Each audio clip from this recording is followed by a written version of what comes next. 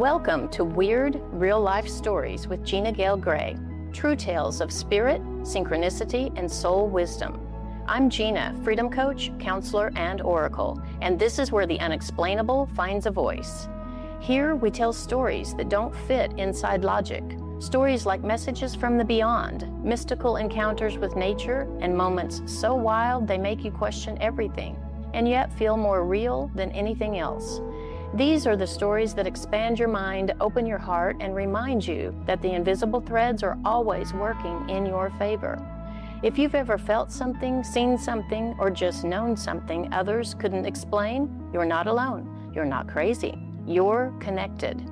This is your safe space to trust what you feel, speak what you know, and remember who you truly are. Let's begin. Hello, and welcome to today's show. I'm your host, Gina Gale Gray, freedom coach, counselor, and oracle. My intention for this show is to open the doorway to the unexplainable, guiding you into that mysterious space where the physical and spiritual worlds meet. On this show, we don't just talk about ideas, we share stories, because story is where real truth lives. Not only what we've been told, but what we've actually experienced. My guest today is Roger Connelly, and his experiences may open your eyes like never before. Roger is a recent retiree from a long career in the tech world. Now he's a frequency enthusiast, a tree lover, avid traveler, and happily married father and grandfather. These days, he's exploring vocal toning, traveling, and sound bowl healing while enjoying life with his family, including 3 beloved pups. What's fascinating about Roger is that he wasn't actively seeking extraordinary spiritual experiences. In fact, many of them seemed to find him. So while traveling with his wife, Crystal, Roger began having a series of profound and unexplained experiences that raise a fascinating question. Could his eyes somehow serve as a visionary portal between worlds? Today, we're going to begin with a remarkable story that started it all for Roger, an experience in Peru involving blue light beings, a magical stone, a message, and a mystery that continues to unfold. Roger, welcome to Weird Real Life Stories. Thank you so much, Gina. Thank you for that nice introduction. How are you feeling today? I feel really good. I'm so happy to be on the show, and I'm happy to talk about this story. And I just like you said, I hope it helps somebody to hear it. And this happened 2 years ago, I believe, when we talked the other day. You said 2 years ago? It's all a fairly recent occurrence for me. Yeah, it was just April of 2024, so just over 2 years ago. And like you said, I was still working in tech. I I had a 30-year career in high tech, and I wasn't quite done with it at that point. And so I was still fairly immersed in that 3D world, long hours and lots of technical work. But I'm so grateful that I went on this trip to Peru with my wife. The quick background of why that trip even happened was I went across the water to Seattle. We live on the other side of Puget Sound from Seattle, to this place called the Seattle Sound Temple, where they sold singing bowls, and she wanted one for her birthday. And I met these 2 ladies that run that shop and bought a singing bowl for her, and found out that they were taking a trip to Peru. And somehow that sounded intriguing. And so I told my wife, and she said, yeah, let's go. And so we find ourselves in Peru with a wonderful group of people. It was a small group, 12 women and 2 men. As a man in the spiritual world, I find that's about the general odds. There's much more wisdom in the female community these days. I seem to see them into much more spiritual stuff, but I'm glad to be one of the 2 guys there. And we spent most of that trip outside of Cusco in the Sacred Valley, going to different temples, and had some shamans with us. I'll just say briefly, this was not an ayahuasca trip for me. I know a lot of people go to Peru and do ayahuasca, and nothing wrong with that. But for me, that wasn't what this was about. But found ourselves one day, I always forget the name of this temple. The English term they call it is the Temple of the Moon because there's a beautiful, huge boulder there with this carving in it that's a bit of a lunar calendar. And but the whole grounds is just beautiful there. And so we were there for the day, and there's water, and there's lots of monolithic, megalithic stones, and we find ourselves walking back down the path towards this waterfall, and the whole group is standing there. There's again 12 women and 2 men. And I look across this little creek that's formed because of the waterfall and see, much to my surprise, although it didn't startle me at all, a light being standing next to one of the stones. And it sort of motioned me over. It was human general shape. There was a bit of a face. If I looked right at it, it blinked out of existence, but my peripheral vision always saw it. And I don't remember feeling scared or not wanting to do that. It was beckoning me over. So I skipped over this stream and walked up to the stone that it was standing next to. And in my memory, I stepped into the same space that this being was in. We were sharing the same space. It felt like it was inside me and part of me. And that wasn't scary at all. And it had me squat down, which wasn't a comfortable position, not one that I would ever take, but I got the signal that it wanted me to squat down and put my hand on the stone that I was standing next to. And the stone was vibrating very intensely. Seemingly, it would almost make a sound. It was vibrating so loud, but with my hand on it, I could feel the vibration. And I remember looking at the rest of our group, and everybody seemed to be aligned with another light being, none of which any of them saw. I talked with all of them afterwards. Nobody saw any other light beings. But from my vantage point, when I looked at each of them, there was a light being right in the same place they were standing in. So all 14 of us were aligned around these stones. One was up on a hill. Even there, she was aligned with another light being. And anyway, in my mind's eye, I heard a loud voice, not scary, but quite clear, say, "This is an opportunity." And I intuitively knew that that meant I could either choose to send a message or not send a message. I don't know why that was clear, but it was very clear in my mind. And in retrospect, I wonder, was this being sharing its experience with me, or was I having this experience? But regardless, there I am squatting next to this vibrating rock with this idea in my head that a message could be sent. And I acknowledged the opportunity and said, I think we should send a message. And the message that came to mind was, we need you to return. We've lost our way. And that message, in my mind, came from the group and sort of joined up, beamed up above our heads, and then beamed up into outer space. And the message was sent. And I have no idea how long it went or where it went to, but the message was sent. And I sort of came out of the, not trance, but the feeling I was in. I stood back up and I stepped across the water, and I said to my wife, I just had an experience and I'm a little shaking because I still felt like I was very connected to this light being. I felt like it was still part of me, and it wasn't scary, but I was like, is this going to be in me forever? I don't know what's going on. Unfortunately, my wife said, oh, talk to Irene, which is one of the ladies who was running the trip with us. And she had been teaching us some Vedic commands. And I stepped over and said, Irene, I just had an experience and I'm having a little trouble ending it. And she said, oh, and she knew what to do right away. She said, step over here and we'll say these commands. And it helped center me, and I felt better. And the group sort of wandered back towards the van where we were going back to where we were staying. And I was sharing the story with everybody. And it was just a remarkable experience. Wow. Wow, you just went right into it. So I'm mesmerized because this is such an unusual experience, and I find it fascinating that when you I guess the first things you said was, I've had an experience. Mm. Did people start asking you? I mean, were you able to language and to share the parts of this story with the great detail that you can now, or did that kind of emerge? It probably took a few tellings. That's a good question to ask.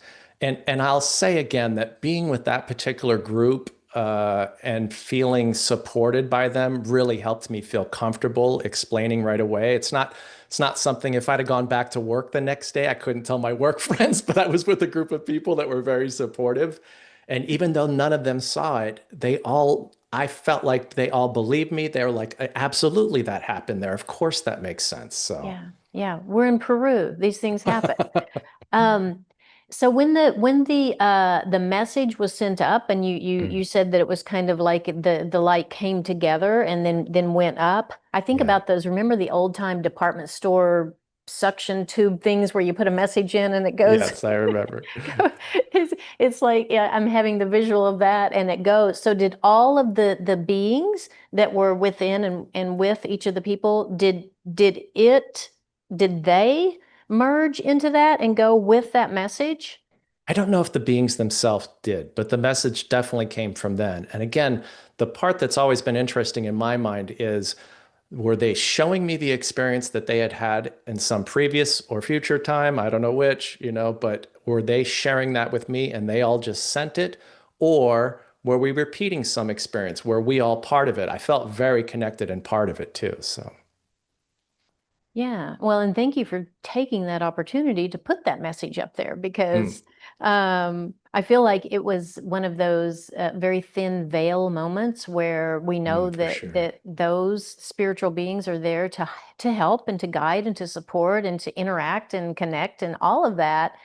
And I think it's remarkable that you just stepped in and embraced that experience. You weren't there for that purpose. You weren't No, there seeking out some spiritual experience right. like some of the others were. How did that work for you when you got to be the one having such a profound experience?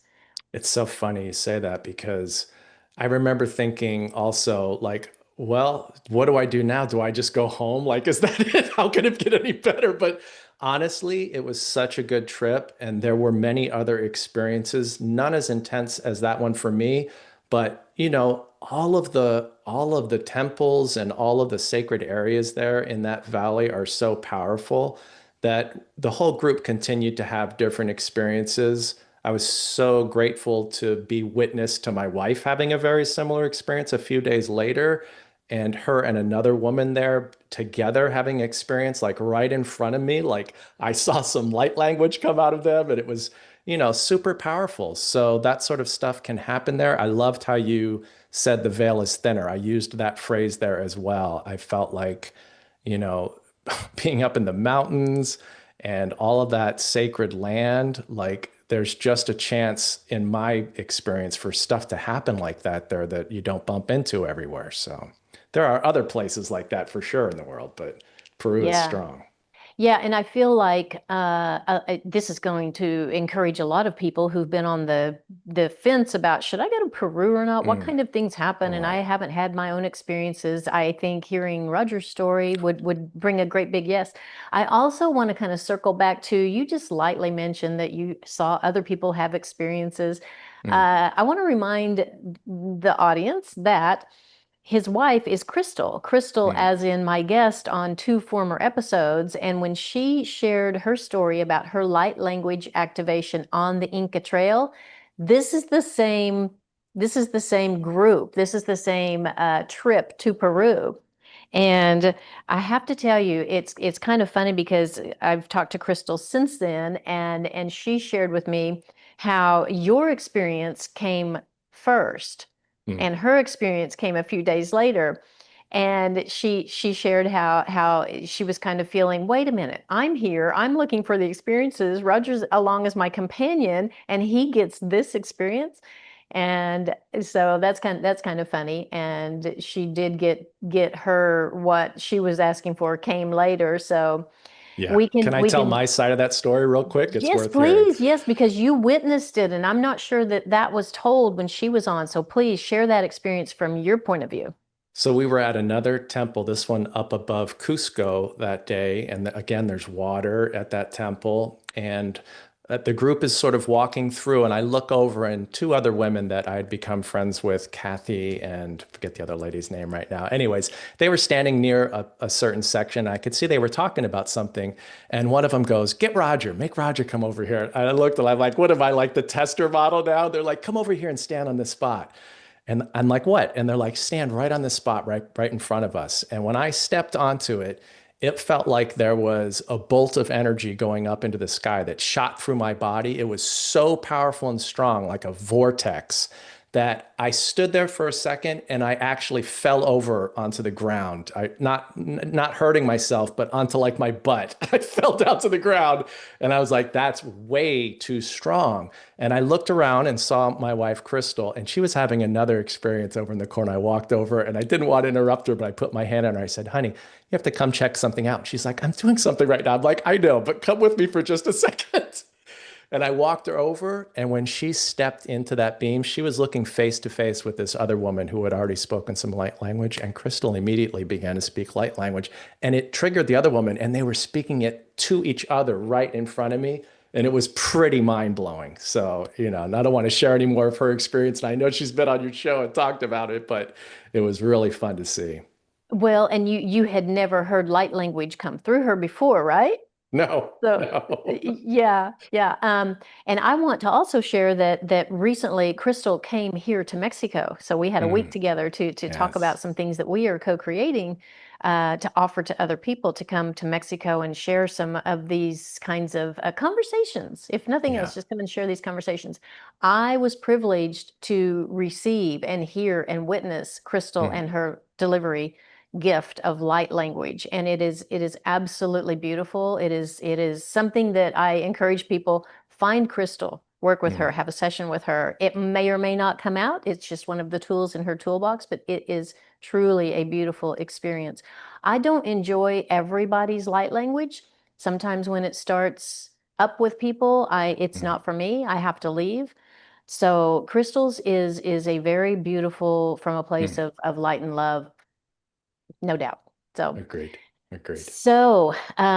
back to you, and this activation of your eyes as a visionary. I feel like these blue light beings Mm, connected with you, and however, I'm sure you will spend the rest of your life trying to find meaning, what it all meant and how to use it. But you did go on down the road and you went to another, I think it was a Lee Harris yeah, I've had a gathering. few experiences now with there's some connection to that being sharing space with me for sure. So the Lee Harris one was just a few months after we got back from Peru, and we're in Santa Fe, does this week-long retreat. It's really fantastic. And he just did this little thing that often when someone's on the stage, they do as a little experiment. They say, "Okay, audience, let's pair up in twos and everybody turn, and we're going to have you stare into each other's eyes. No talking aloud. There'll be no music. It'll be quiet. We just want you to stare into each other's eyes."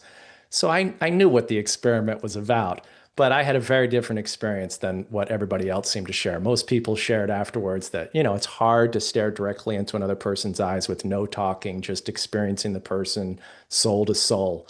But for me, seemingly a little light came on above my head, and a spirit or entity stepped up behind me and sort of requested if it could see through my eyes because it knew this woman whose eyes I was staring to. I picked a stranger sitting next to me to do this with, so I didn't even know this woman's name.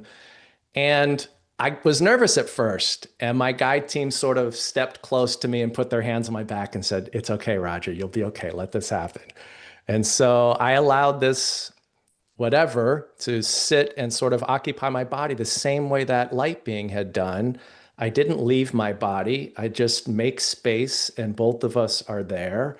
And it just wanted to see through my eyes. And again, the exercise that Lee set up, there was no talking, so I couldn't really say anything. I felt like the entity knew this woman and was so happy and grateful just to be able to see her through human eyes.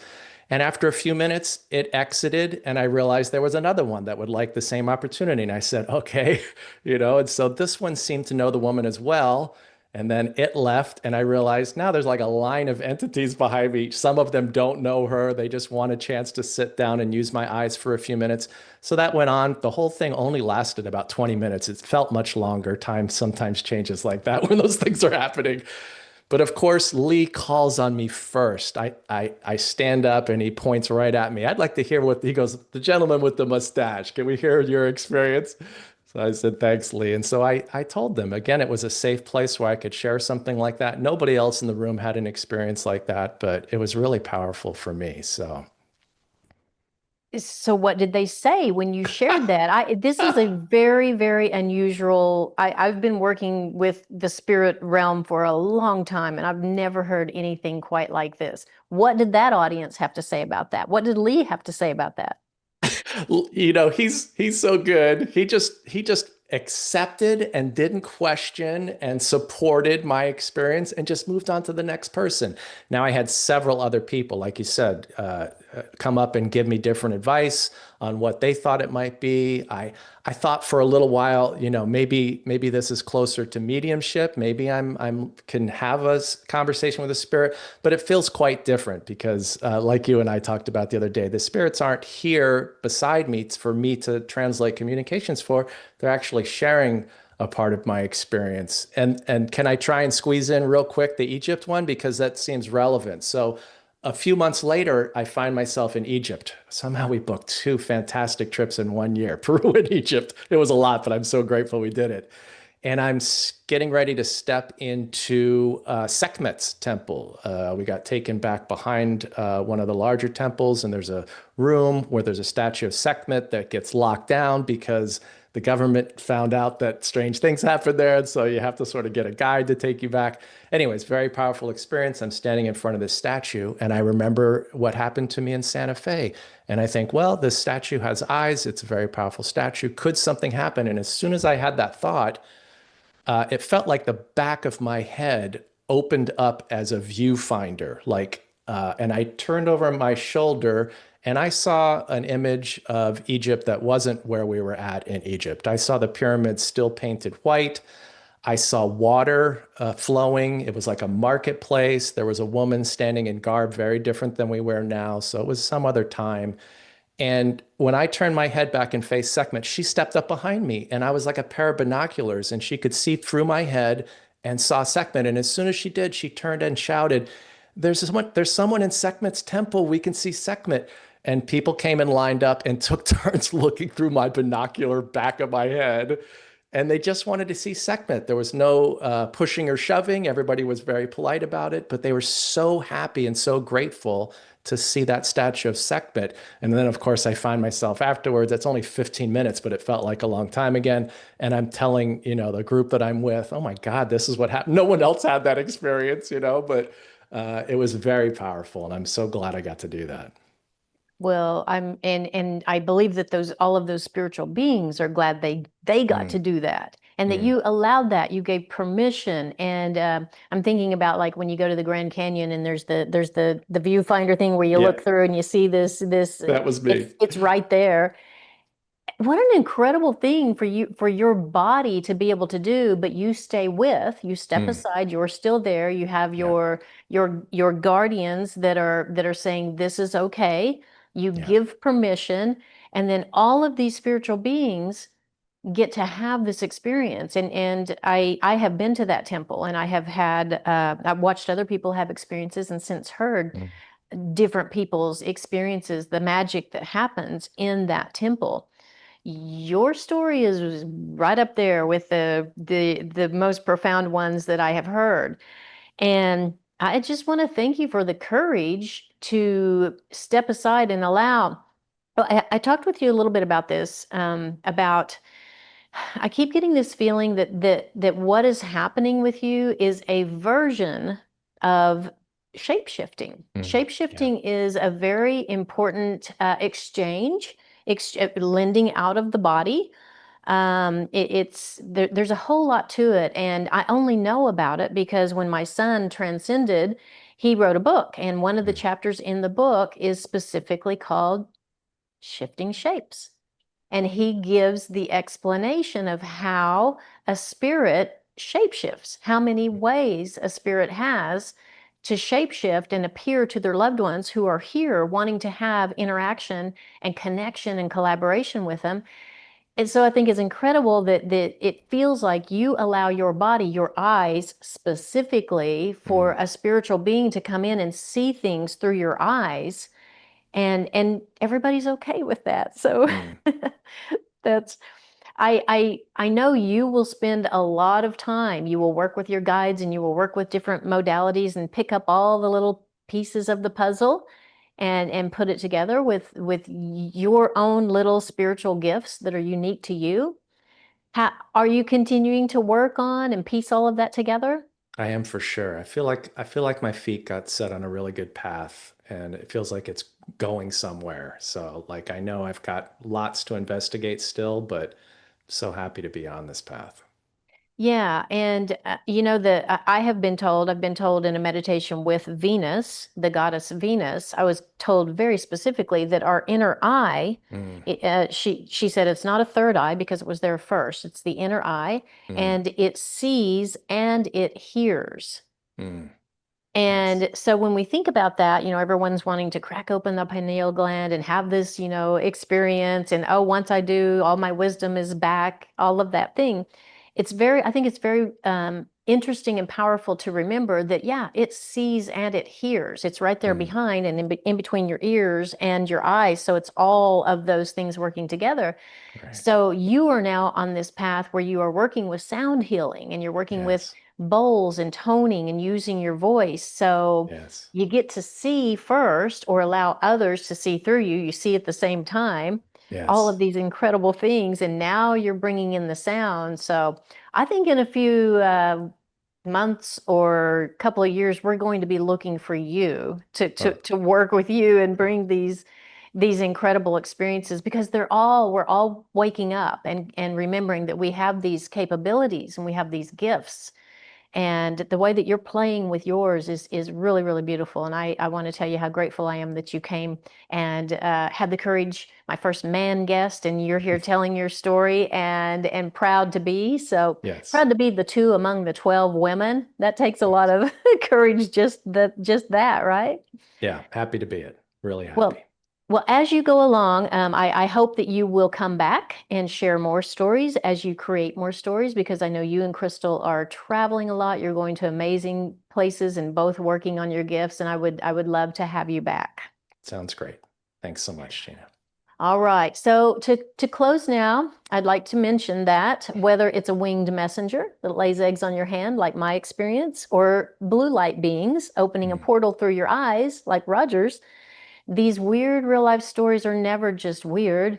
They're whispers from the universe reminding us that we're connected, we're guided, and we're part of something much bigger than we can see. So if this episode touched your soul or stirred your curiosity, I invite you to share your own weird real life story with me. Reach out to me at freedomcoach23@gmail.com. The first person to send me a message will get a complimentary mind, body, and soul session with me. So I hope to hear from some of you, and you never know who your story might heal. So mm. until next time, keep watching for the signs. And as my son Spencer says, keep listening to the silence. Just saying. Peace to you. Thank you, Roger. Thank you for walking through the mystery with me on Weird Real Life Stories. I hope today's story stirred something sacred in you, something that reminds you your experiences matter, even the ones you can't explain. If your soul whispered yes at any point, share this episode with someone who needs to hear it. And be sure to tune in every first and third Wednesday at noon Pacific on Transformation Talk Radio for more true tales of spirit, synchronicity, and soul wisdom. To explore my holistic coaching, retreats, or tools for healing mind, body, and soul, visit anywheremindbodysoul.com. And if you're ready to go even deeper, my channeled book with my son Spencer, Listen to the Silence, Messages and Miracles from Spencer Who Never Spoke Words, is waiting for you at listentothesilence.org. You're not crazy, you're connected, and the story is just beginning.